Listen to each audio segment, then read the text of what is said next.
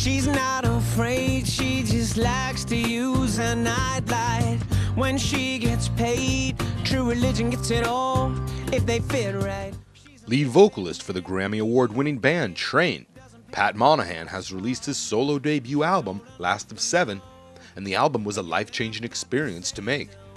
After years of writing and co-writing many hit songs for Train, Monahan felt the timing was right for the release of his first solo album, and he knew immediately that he wasn't writing an album for Train. We caught up with Pat recently to get his thoughts on the recording process of Last of Seven being perfect timing and knowing he was writing songs with the solo album in mind instead of another Train album. I knew long before it was time that I was in the middle of making a solo record just by the songs that I was writing. I wasn't writing with my band at the time, and I was in love with what was happening and didn't feel like it was right to go to the guys in Train and say, hey, I just wrote our record and you're going to play on it. You know, that wouldn't have been the right process for the band.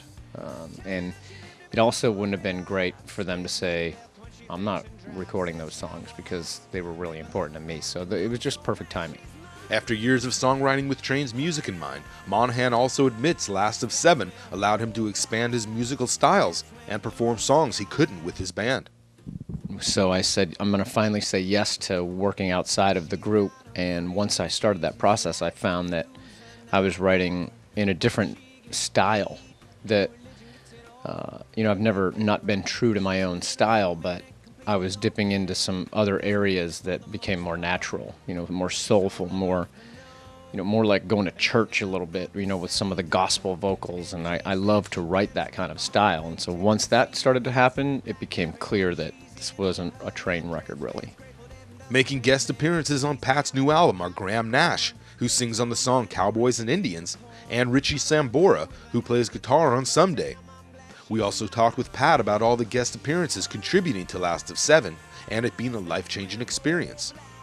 Graham Nash came and sang on a, you know, a really peaceful, like, what life would be like if we would, you know, all just go to some river and sit down and have a, you know, grilled cheese sandwich together, you know. It'd just be cool to, and so he was really hip to that song. It was his kind of song, and he came in and sang with me, and that was, you know, a life-changing experience. And Pat Monahan's first single off his solo debut is Her Eyes, and the video can already be seen on VH1.